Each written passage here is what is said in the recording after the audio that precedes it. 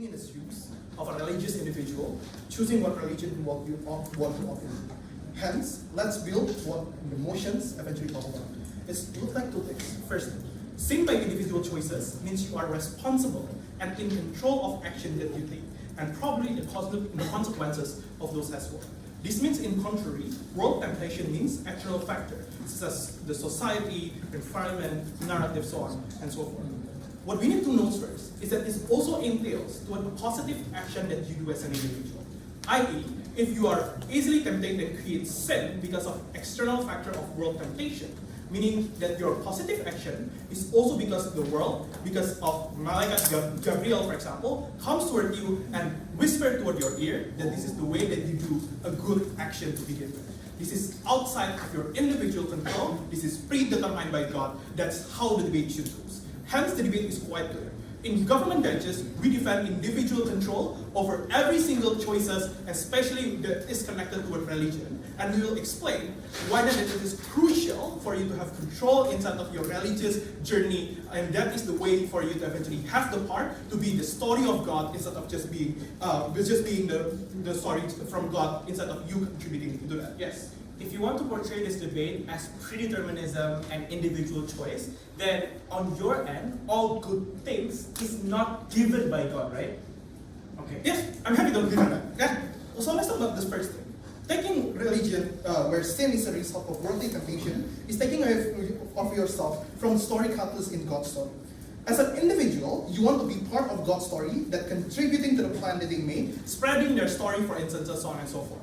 Why then this is a crucial part of you having control of your faith and for what you believe, so on and so forth. Because this means your religion is a value that you choose for yourself. You choose to attribute yourself into, as instead of religion that came as it meant to be. This is where you're in charge of your religious identity as an individual. This is where you feel that you are choosing this religion and you do contributing and creating good positive action because you are a believer of God, because you are the one that is following whatever God ordered you into, for example, in comparative to side opposition, where God are the one that are the predetermine your action, are the one that predetermine the positive action that you do. This taking away individual feeling that you are indeed contributing toward the story of God, contributing toward the positive things that God creating in this kind of world, for example.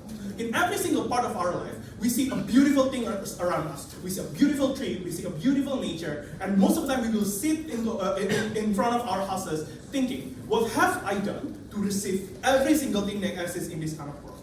And that is the moral question that we want individual to experience. Because that is the moment where you think whether you have contributed or not in the world, whether you have not contributed or not, so on and so forth. And this is the prerequisite of you not only doing a good thing, but doing a meaningful thing toward your religion. Why do I do a certain prayer? Why do I go to the church in every week if I'm not really contributing in the sense of the process, for example, or something along that line? In control of what you do also means empowering and being humble at the same time. I will explain why then being empowered is eventually crucial. Notice that the complexity of the world that we live in is inherently very uncertain in everyday basis. I.e., today I can stand here, tomorrow, who knows?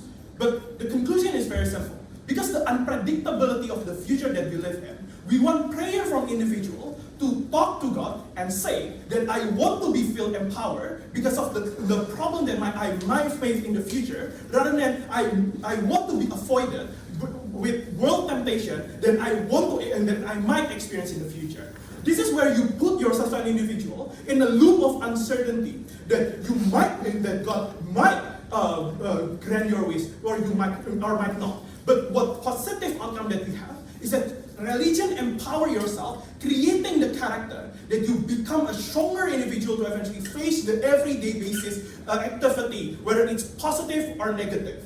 This is where individual get the benefit of having religion and understand the positive contribution of religion toward themselves. And this is where the end part of the human story entails. After the long process of being a child, teenager, and eventually being an adult or being a grandpa, for example, there will be a time when you look back in every single activity and see whether religion is inherently something that's contributing toward your life or not.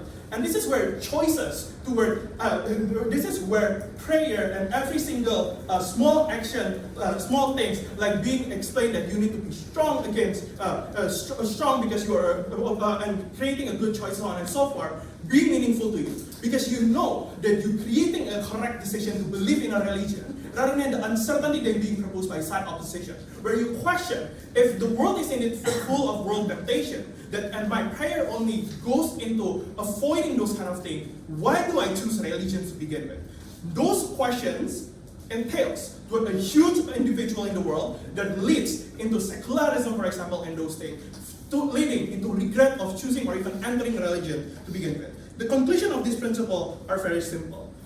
The process of you believing in religion is that you must understand that at the very beginning, in the process of empowering you as a person, and at the end, you should have the capability to look back and understand that those religion is empowering you as a person or not. Insofar that is missing, the value of having religion is gone in their side of the house. Let's talk about the second thing then. This is a more practical analysis because I know Indonesian judges love practicalities so much.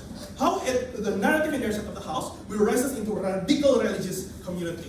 The scripture that we have currently is full of metaphor, full of story that easily interpreted with a lot of other characters because of the very similar characteristic that being provided that is very vague to begin with. I.e., the characteristic of false messiah, for example, Lucifer's story, or something along that line. It is very easy for religious leader, for example, to attributing a single movement or a single group, for example, like minority, to where this kind of temptation inside of the scripture because of that subjectivity. This is where rises of a radical leader pointing out feminist movement or pointing out radical minorities, for example, and oppressing them even further and rising into power in the political spectrum and those things. And this is the conclusion is very simple. This is a leeway for them to continually try to oppress minority, and those things should be done and should be get rid of in the very beginning. Very proud of those.